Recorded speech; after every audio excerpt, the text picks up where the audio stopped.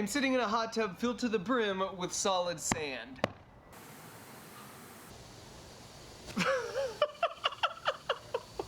This is one of the coolest things ever. If you take a tub of sand like this and then add air in just the right way, it basically becomes a liquefied soup.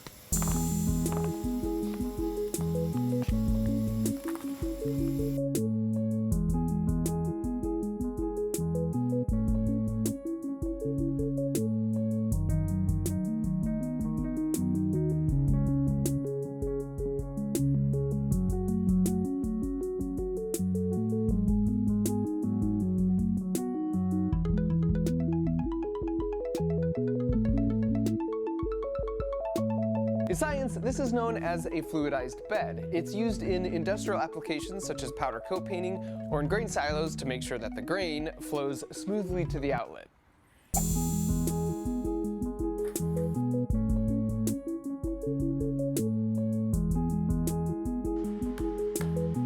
With air on, the top surface is nearly frictionless. It's like an air hockey table.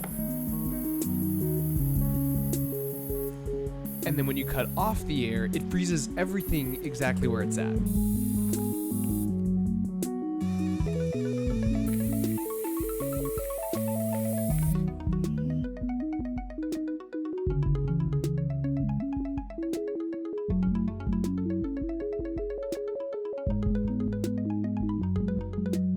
So today I'm going to show you how to make a simple version like this yourself, and then because I became curious what it would feel like to be fully immersed in something like this, we made a hot tub size version. As you can see from this 60-year-old video from the Royal Institute of Science, this demo isn't exactly new. I've wanted to build one for a long time, but you can find literally no information online on how to make one like that. So I started combing through a bunch of patent drawings for massive industrial-sized fluid beds, and I noticed that instead of one big inlet, they all had a bunch of small holes to deliver the air. So starting with that in mind, it still took us 25 failed versions before we arrived at this design. As you can see, it's just a bunch of half-inch PVC pipes arranged sort of in a ladder. But the key is to drill two 1mm holes 90 degrees apart from each other, and then do a bunch of those spaced 25mm apart. Then you glue all the pipes together and just make sure you orient the holes down so that will keep the sand from getting in. And then you just seal off the container with some hot glue. And then fill your container with either fine sand, or we found glass beads worked really well. And you could power it with a small air compressor like this, or you could just rent a large nitrogen container like this for about 30 bucks, and that'll give you 10 minutes of runtime. As usual, I will put a link to all of the parts I used in the build in the video description. So my buddy Ken had an old broken spa in his backyard, which we decided to put to good use.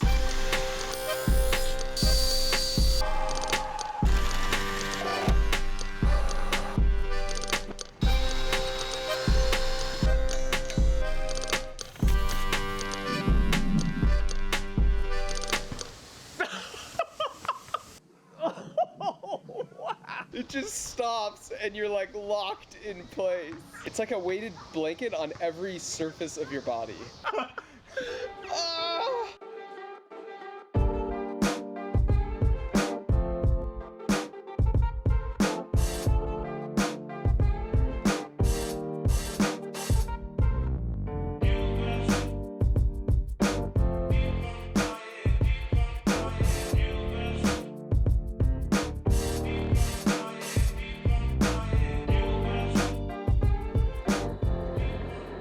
Now that it was tested and ready, in my ongoing quest to be the favorite uncle, I decided to surprise my nephews with it. Whoa, whoa.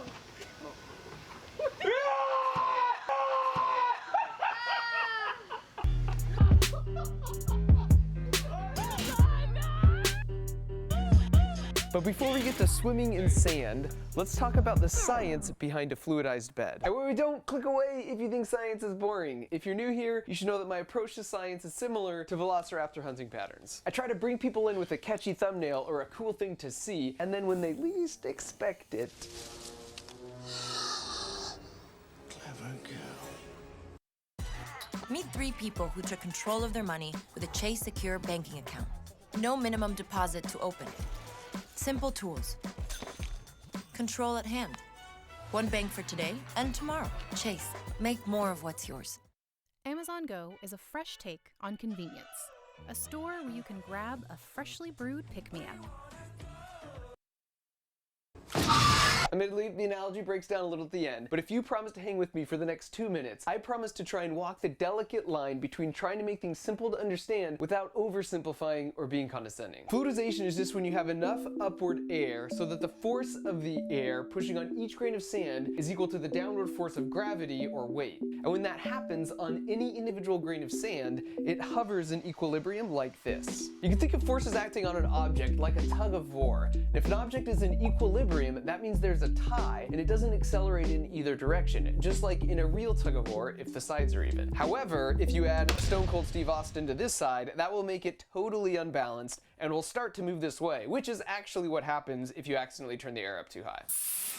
And so fluidization occurs in that sweet spot where the sand particles hover in equilibrium, which makes them easy to move around. This is also the reason sometimes you'll see pools pumped with air to cushion the landing for the divers. Now you notice that some stuff floats in the sand and other stuff sinks. This has to do with the buoyancy force, which is a function of the density of the surrounding fluid and the volume of the object itself. Whenever an object exists in a pressure gradient, there are forces from pressure pushing in on all sides, but they push a little bit harder the deeper that you are, which is why it hurts more to be the bottom guy in a dog pile, or it hurts your ears more the deeper you dive in the pool. And this makes sense because the deeper you dive, the more water there is above you pushing down. And if you add up the size and direction of all those arrows, a bunch of stuff cancels out and you're left with one net force pointing upwards. That is the buoyancy force. And if your buoyancy force happens to be greater than your force from gravity, you float.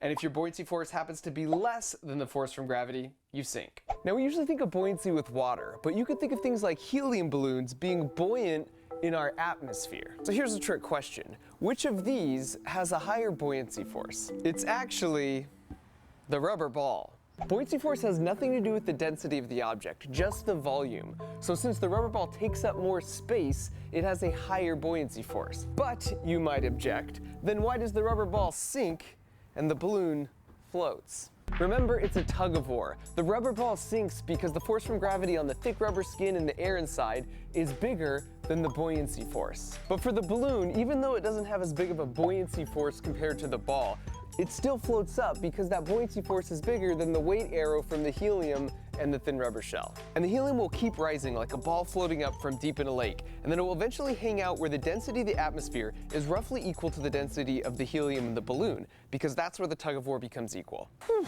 we made it through. Now back to my nephews.